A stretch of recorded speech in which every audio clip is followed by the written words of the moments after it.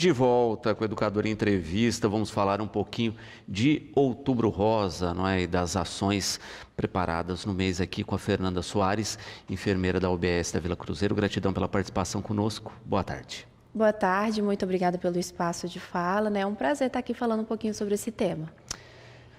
Nós percebemos aí, né, o impacto que o Outubro Rosa tem, né, conseguido ao longo dos anos, desde que a política foi instaurada, mas a gente percebe que ainda existe um pouco de resistência nos exames periódicos e no acompanhamento, né, Fernanda?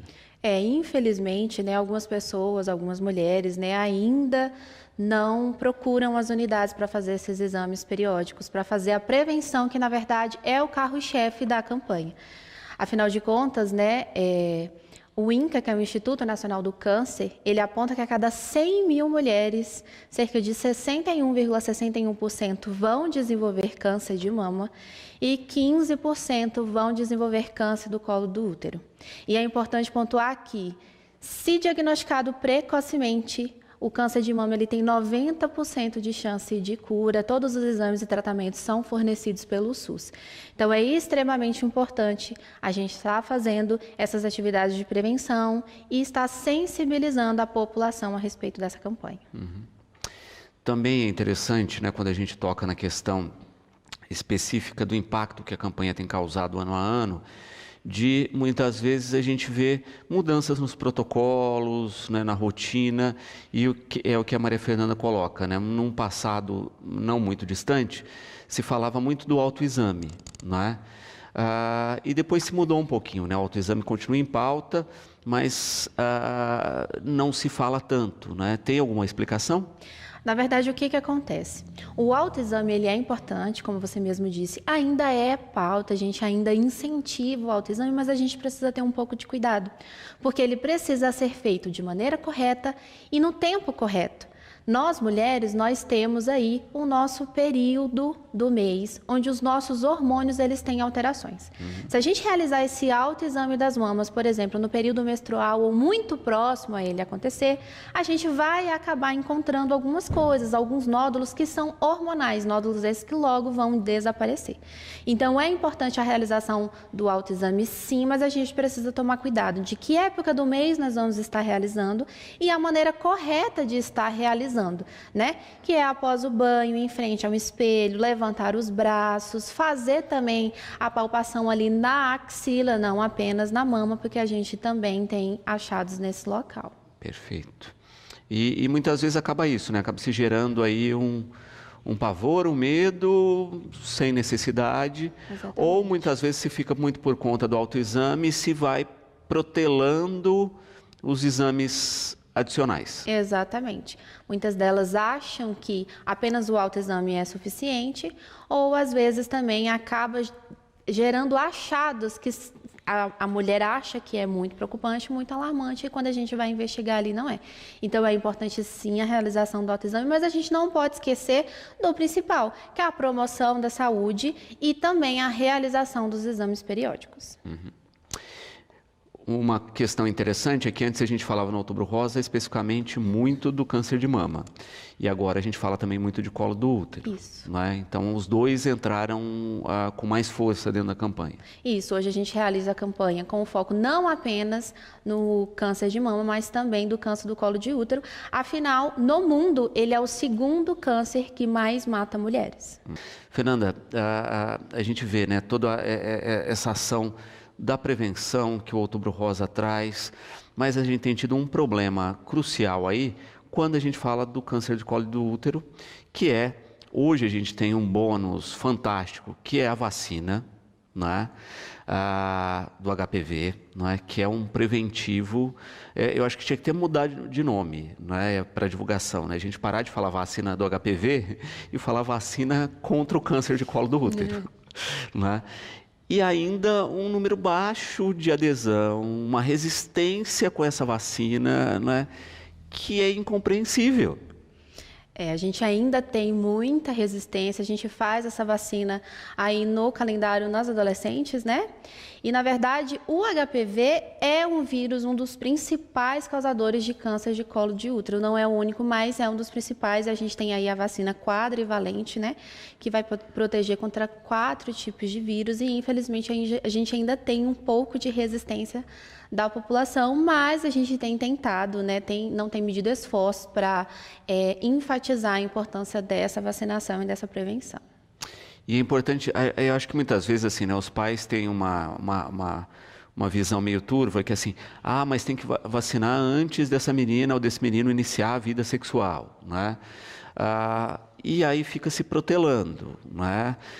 E tem que se entender isso, né? Olha, seu filho, sua filha vão ter vida sexual um dia, né? Então é melhor vacinar, prevenir do que remediar. Quanto antes fizer isso, mais seguro vai ser, não é, para essa criança, para esse adolescente. E eu estou vacinando contra câncer, né? Acho que isso as pessoas têm que entender, né? Vai dar uma 100% de cobertura não, porque como você disse, tem outros fatores. Mas que ajuda demais nisso e gera uma cobertura extremamente interessante, né? Então não tem por que adiar ou não vacinar. Sim, não tem porquê. Né? Nós temos a vacina, nós temos outras formas de também estar prevenindo aí, que é promovendo a nossa saúde, né? Porque existem diversos fatores de risco para o acometimento do câncer de mama e o câncer de colo de útero, como, por exemplo, a alimentação saudável. A gente sabe que o sobrepeso e a obesidade, elas são fatores de risco para o desenvolvimento não só desses dois tipos de câncer, como de todos os outros, né? A realização dos exames periódicos, a gente tem aí um plus, que é a vacina, né? O SUS, ele é fantástico com relação à vacinação, eu sou suspeita para falar, mas assim, é algo que agrega muito da gente estar fazendo aí nos nossos adolescentes, e a gente tem também aí limitar o uso de álcool, limitar o uso de tabaco, né? A gente fala muito também dessa associação da utilização abusiva de álcool e outras drogas, da nicotina, né? Do tabaco também como fator de risco na incidência desses cânceres. Exato. As pessoas muitas vezes ligam, né, o tabaco ao câncer de pulmão único e exclusivamente, mas não, né? Ele desencadeia todo tipo de câncer. Exatamente, porque a nicotina, ela vai agir no vaso, na veia, né? E a gente tem vasos em todo o nosso corpo, então a gente vai ter aí um prejuízo em todos os órgãos, em todos os sistemas que compõem o nosso corpo. É um fator também muito grande de risco. Perfeito. Quando falamos, né, dessas ações preventivas, dessa explicação, eu acho bacana a gente entender isso, porque é dia a dia, é rotina, né? Não adianta eu ter um problema e falar assim, não, agora eu vou mudar minha dieta, vou mudar minha rotina, vou viver um pouquinho mais saudável. É lógico que isso vai, né, ajudar, mas se eu faço isso no dia a dia já, eu estou fazendo um melhor preventivo. Sim, todas as campanhas, né, do ano inteiro. É claro que a gente não fala só de prevenção de câncer de colo de útero, a gente não fala de mamografia, de coleta de Papa Nicolau apenas em outubro. A gente trabalha isso o ano inteiro. Mas é importante vir o mês da campanha para dar ênfase, né? Para a gente lembrar ali que esse problema existe, a incidência é grande, né? Mata muitas pessoas jovens e que a gente tem diversas maneiras aí de unir e estar prevenindo e promovendo saúde. Perfeito. Também é interessante falar que outubro é um mês que dá ênfase à campanha. Não quer dizer que só em outubro se faça exame, se faça acompanhamento. As pessoas podem fazer o ano todo. Exatamente.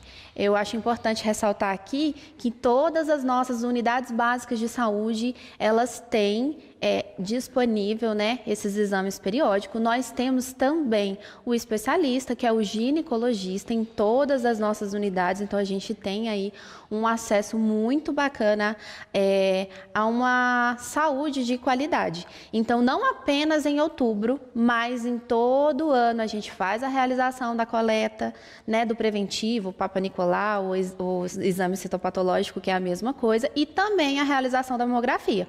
É importante pontuar que a gente tem critérios, cada caso vai ser avaliado. A mamografia Pelo Ministério da Saúde, aí é preconizado, né, dos 50 aos 69 anos, porém, a Sociedade Brasileira de Mastologia, ela traz a importância de começar aos 40 anos de maneira anual, então, assim, cada caso vai ser avaliado, porque tem pessoas que têm muito mais predisposição a desenvolver, se tem casos na família e outros fatores de risco, então o médico irá avaliar. E no caso do preventivo, a gente tem nas unidades os enfermeiros, que também realizam a coleta do citopatológico, e os ginecologistas. A gente vai aí, com a preconização do Ministério da Saúde, coletar entre 25 a 64 anos a partir do início da vida sexual de maneira anual. Perfeito. E é interessante isso, né? Olha, existe uma rotina para cada pessoa, também Sim. É importante destacar. Por isso que a conversa com o médico é tão importante assim, porque se faz uma anamnese, aí, uma entrevista. Cada caso é um caso. Cada caso é um caso. Olha, tenho um caso na família, não tenho, tudo isso vai gerar um perfil. Exatamente. Não quer dizer que se você não tenha, não esteja enquadrado nessa idade, eu tenho 19 anos, mas eu já iniciei minha vida sexual ativa, não vou colher o preventivo. Não é bem por aí. Cada caso a gente vai avaliar e eu acho que é muito melhor a gente pecar por excesso do que pela falta, né? Sim. Se tratando de problemas tão pontuais. E não apenas os exames também. A gente sabe que é super importante, por exemplo, um espaço como esse, a gente está trabalhando a educação em saúde, né? Todas as unidades aí, elas têm um cronograma nesse mês e durante o ano também da realização das atividades, das ações voltadas para as campanhas. Sim. E isso dá de certa forma, né, para a pessoa que entra na rotina, né, que entende o funcionamento, até muito mais tranquilidade, Sim. né? Porque também a gente tem uma questão pontual que, assim, os tratamentos, cuidados evoluíram demais. Muito. Só que ainda tem um ponto fundamental que é, quanto antes se detecta, melhor o resultado do tratamento. Exatamente. E cada ano se tem um tema de campanha. O tema da campanha de outubro de 2024 é Mulher, Sua Saúde, Sua Vida. Então, a gente coloca aí a mulher como protagonista. Então, é importante a gente estar fazendo essa sensibilização da população para que a mulher entenda que é responsabilidade dela realizar os seus exames periódicos, cuidar da sua saúde, porque ela é corresponsável. Sim. E, de fato, isso, né? Muitas vezes a gente vê até o parceiro incentivando mais do que a própria mulher. Sim, através dessas atividades educativas, né, que a gente realiza, dessa sensibilização, a gente tem aí devagarzinho conquistado bastante coisa. Muito bom. Quando a gente fala dessa questão da periodicidade, né, como a gente dizia, tem essa regra geral que você disse, né? E é o que a Cristina coloca, né, que ela começou a fazer os exames e o médico, pelo perfil da família, achou melhor fazer com uma idade menor e com uma frequência maior. Graças a isso, né, ela teve uma detecção precoce, fez o tratamento e se recuperou completamente. É, né? Perfeito. Exatamente, está vendo a importância de você procurar a sua unidade, procurar, né, passar por uma avaliação realmente periódica para que o médico ali que tem propriedade possa estar avaliando a sua situação e solicitando todos os exames que sejam necessários, que são a maioria deles, né? A gente tem uma gama de exames e todos esses e tratamentos fornecidos pelo SUS. Sim, e de fato, né, é extremamente, né, volumoso aí quando a gente pensa, né, o fator de se ter uma rotina de exames, de cuidado, de tratamento, enfim, né, de ações pontuais. Quando se pensa, né, nessas ações e nessa rotina, a gente observa que a estrutura do SUS, das unidades de saúde, enfim, tem melhorado ano a ano. O que se oferecia 10 anos atrás era menos do que se oferece hoje, enfim, passo a passo com a evolução. E é isso que a Camila pergunta, né? Você acredita que a gente vai evoluir ainda muito na qualidade dos exames, nas ações pontuais? Com certeza, né? Todos os anos a Secretaria de Saúde, ela realiza aí ações voltadas para as campanhas, né? Estão sendo articuladas as ações desse ano já. Então eu deixo aqui para que, né, todas as mulheres estejam entrando em contato com as suas unidades de referência para saber qual é a programação que se tem ali na sua unidade de atividade, né? Muitas vezes nós colocamos até coleta pós-horário para que mais pessoas consigam realizar os seus exames. Então, todos os anos, sim, a gente tem tido aí um avanço, busca ativa também dessas pacientes que não vão. A gente faz o levantamento dessas mulheres e cada unidade tem se organizado, tem a sua suas ações aí. Inclusive, eu já queria até deixar o convite aqui, né? Como eu já tinha comentado com você, eu sou enfermeira da atenção básica, né? Da UBS, da Vila Cruzeiro. E na quinta-feira da semana que vem, no dia 10 de outubro, às 8 horas da manhã, a gente vai estar tendo atividade aqui na nossa UBS. A gente vai fazer uma palestra, um café da manhã delicioso, né? Organizado para atender as nossas usuárias, com sorteios de brinde. Vai ser um momento bem bacana. A gente vai ter aferição de pressão, destro e também realização de testes rápidos para infecções sexualmente transmissíveis, sem precisar ali estar agendando. Fernanda, a Marisa também parabenizando aqui pelas ações, pelo trabalho realizado, né, por você e toda a equipe, e falando da questão do encaminhamento, né? Olha, passei por exames, tive alguma questão, qual o próximo passo? Então, o que acontece? O paciente vai passar pelo médico, vão ser realizados os exames. A partir do momento que algo é detectado, aí a gente tem aí a nossa regulação, né? A gente sabe que aqui em Batatais a gente vai ter algumas coisas disponíveis, como a própria mamografia, né?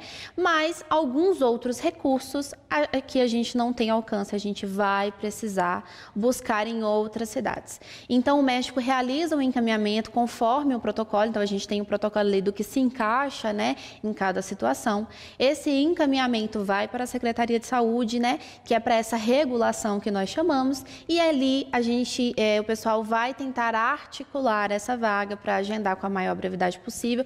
A gente sabe que a demanda é muito alta, as vagas nem sempre são compatíveis, mas a gente sempre consegue aí organizar para que todos os pacientes sejam atendidos. Perfeito.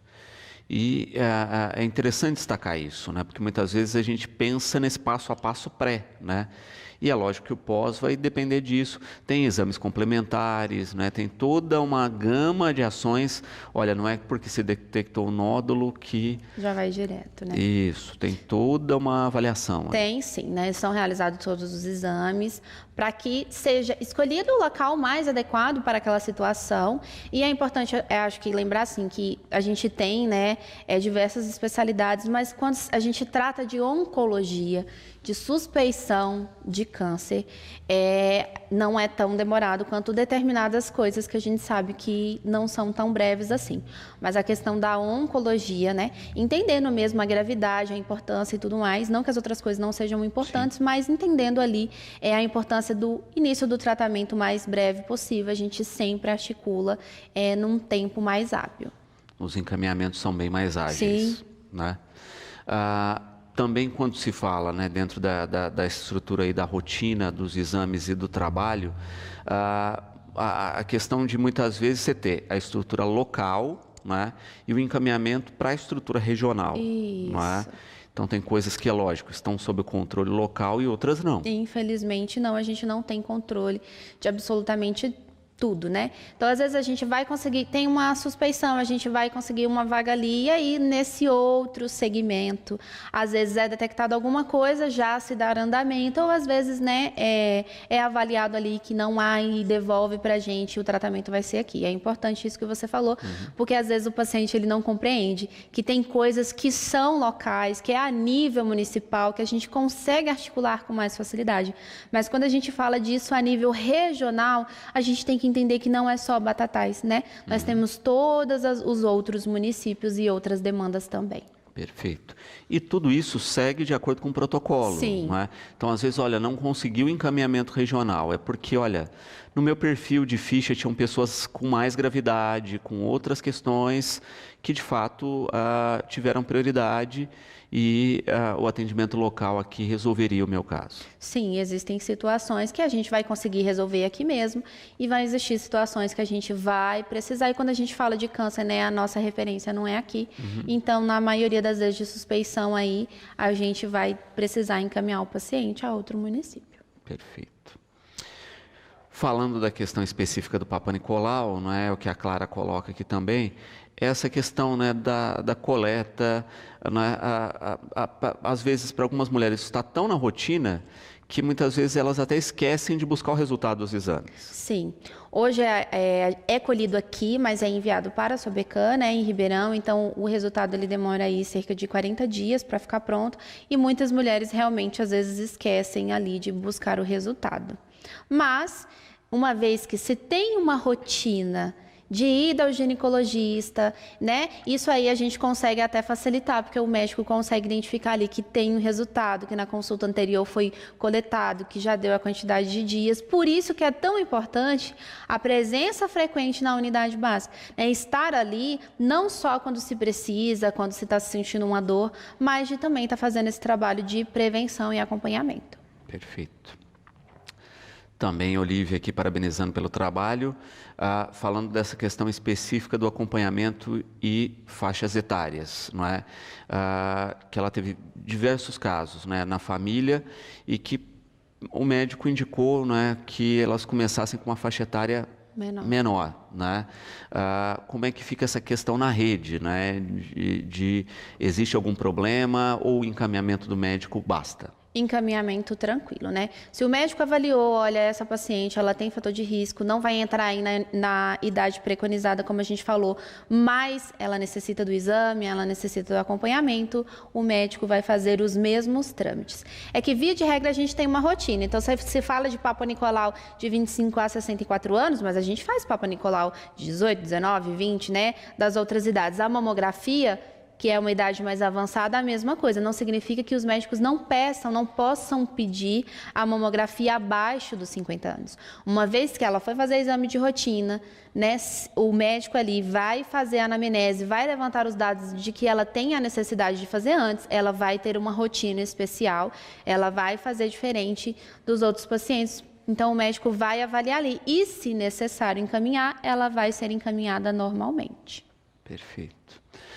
Também tem uma questão pontual aí que é interessante, não é, as pessoas entenderem, não é, que é de fato, olha, o Outubro Rosa ele tem toda essa dinâmica de ações, de intensificação, etc. Então muitas vezes ele fica um pouquinho mais saturado de agendamento, não é? Então algumas mulheres são agendadas para os meses seguintes, etc. Normal também. Normal também. A gente tem agenda de ginecologista o ano inteiro. Infelizmente, às vezes, como você falou, o outubro vai estar um pouco saturado ali, mas a gente consegue, né, nos meses seguintes, vaga com tranquilidade. A Karina perguntando uma questão, né, e que até a gente falava disso no intervalo, daquelas mulheres que não comparecem aos exames, que não agendam. Hoje a gente tem uma agenda grande, né, não só agenda, né, a gente tem dados de todos os usuários SUS, não é? Então, querendo ou não, a secretaria e cada UBS tem uma visão aí de mulheres que não estão, né, com a agenda em dia, vamos dizer assim, né? Dá para se fazer uma busca ativa? Sim, a gente realiza a busca ativa, né? Até um dos objetivos do Outubro Rosa desse ano é a gente fazer o levantamento dessas mulheres que não vão. Igual a gente estava conversando, né? Existem mulheres que sempre vão certinho ali todo ano, fazem tudo bonitinho, igual está no livro. Mas a gente sabe que tem muitas pessoas que não comparecem, às vezes até agendam e não comparecem. A gente tem, às vezes, assustadoramente um número muito grande de faltosos, né? Então, a gente vai fazer a busca ativa para ver essas mulheres dentre a idade ali preconizada que estão aí com seus exames atrasados. Perfeito. Uma questão específica também que a Lourdes coloca aqui é a seguinte, né? Quando a gente fala aí de câncer de colo do útero e do HPV, não é?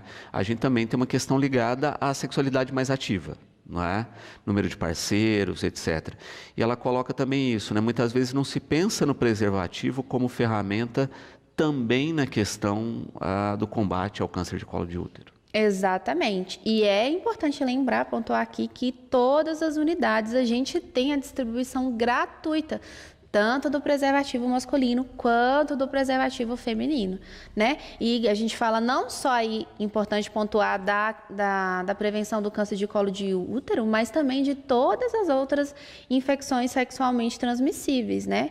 Então, a gente precisa lembrar que não é, né, só realizar o exame, né? É um conjunto de fatores que a gente precisa estar prestando atenção para fazer de verdade uma prevenção. Perfeito.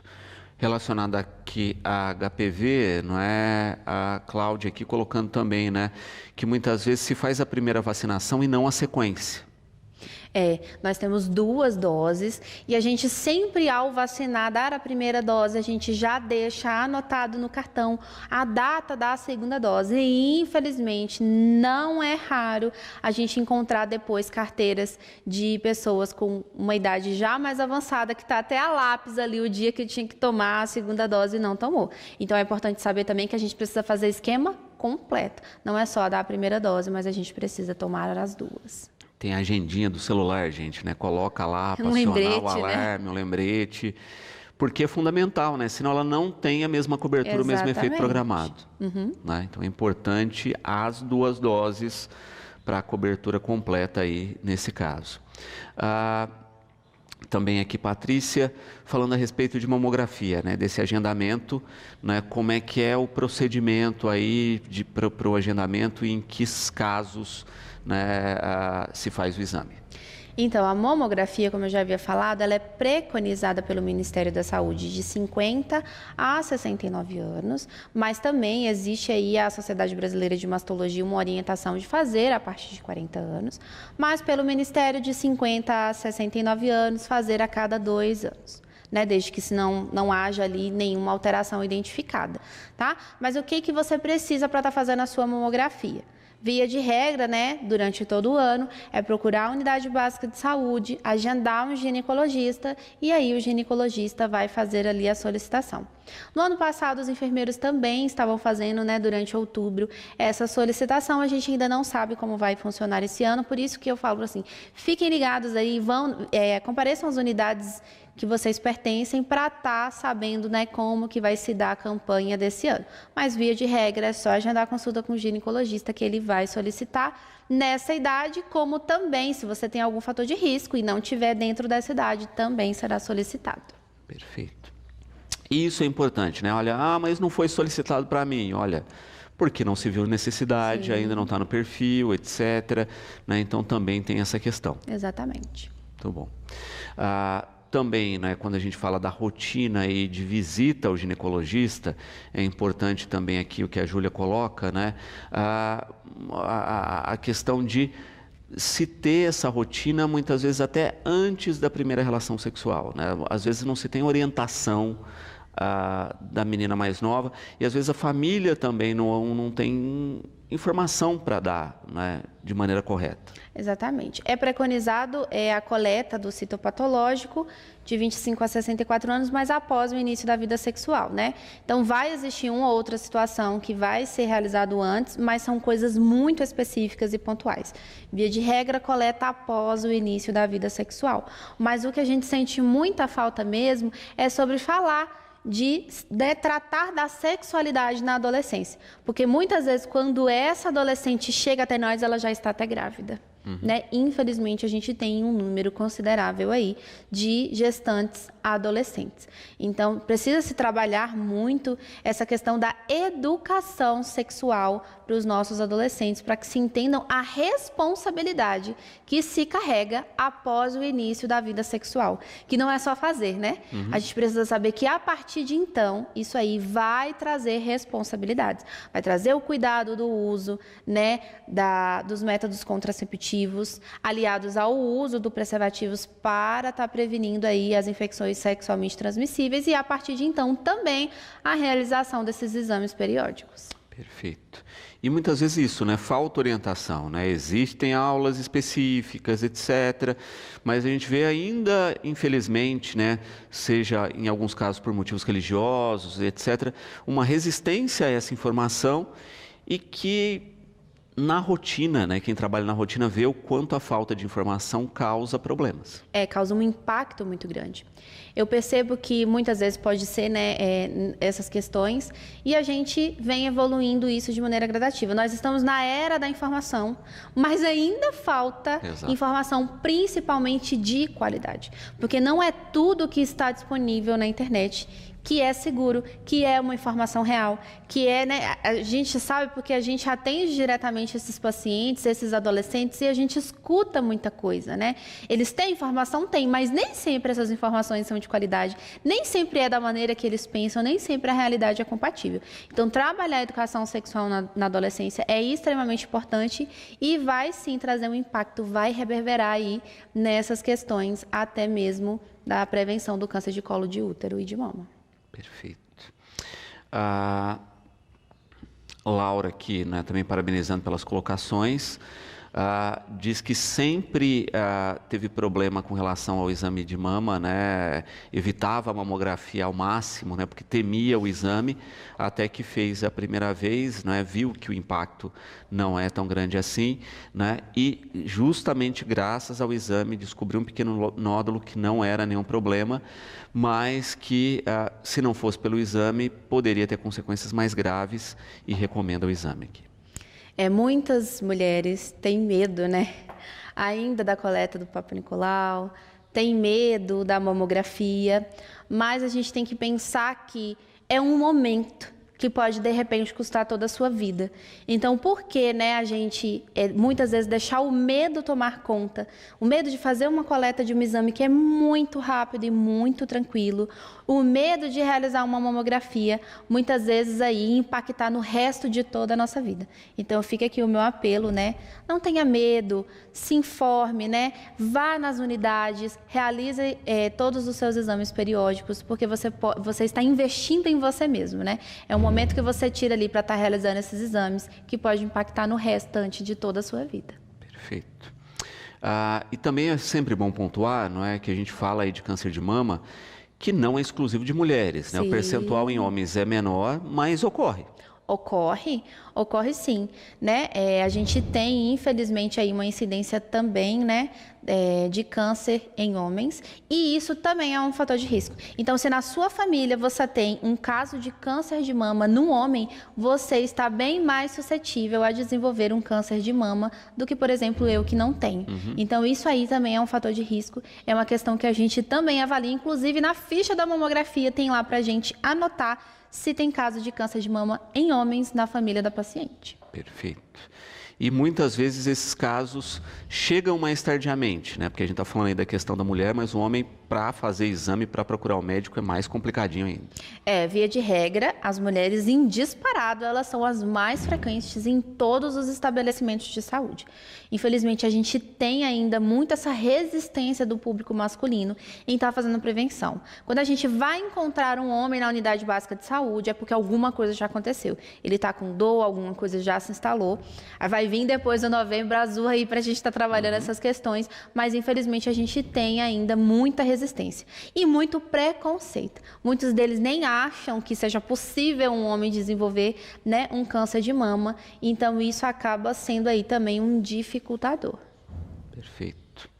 Raquel também parabenizando aqui pelo trabalho e pelas ações realizadas, não é? A gente falava dessa questão, né, da idade, da periodicidade, da importância dos exames, e ela coloca por que a faixa tem um limite, né? Porque depois de certa idade já não se pede mais o exame com tanta frequência. A gente precisa entender que quando a gente fala de saúde, a gente tem sempre muita pesquisa por trás. Então, assim, tudo tem um real motivo. Então, as pesquisas, os índices, eles demonstraram que a faixa etária mais acometida é essa. Por isso que quando a gente fala também de vacinação, por exemplo, tem ali a faixa etária específica, tem estudos por trás que vão apontar qual é a faixa etária mais adequada, né? Qual é a faixa etária que a gente tem a maior incidência. Isso não quer dizer que antes ou depois, mais novo ou mais velho, não vai acontecer, porque acontece, por isso que cada caso é um caso e é avaliado, mas os estudos, eles apontam que essa faixa etária, ela é a mais acometida, por isso que a gente torna ela o público-alvo. Perfeito. E justamente isso, né? Olha, eu não vou concentrar exames numa faixa que o risco é menor, sendo que eu tenho toda uma gama aqui para atender e que às vezes eu não consigo nem cumprir a meta, porque as pessoas não procuram né? Às vezes eu abro para faixas acima ou abaixo, porque quem era público-alvo não vai buscar. Exatamente. Então a gente tem que pensar que quando a gente fala de também investimento em saúde, a gente precisa lembrar que o recurso ele é limitado. Então muitas vezes não faz sentido eu dispensar um recurso que eu poderia estar utilizando em outra coisa, numa faixa etária, que né, a gente não vai ter aí um impacto, que não tem uma comprovação científica de que a incidência seja grande, e a gente vai poder utilizar esse recurso aí em outra coisa. Infelizmente, bom seria se pudesse fazer em todo mundo, né? Como quando se há necessidade, a gente faz, né? A gente não nega esse acesso ao exame, ao acompanhamento e tudo mais, mas realmente não é julgado como público-alvo. Perfeito. Fernanda, então acho que a dica principal é, né, as mulheres aí que são público-alvo, procurar a sua OBS de referência, né, fazer o agendamento, mesmo que não seja para outubro, né, que não dê na agenda, mas façam agendamento para os exames. Quero agradecer imensamente aqui a participação e deixar sempre o espaço do programa disponível. Eu gostaria de agradecer, né, o convite. Eu fico muito feliz de estar aqui, né, dividindo um pouquinho aí da minha experiência com vocês e me coloco também à disposição.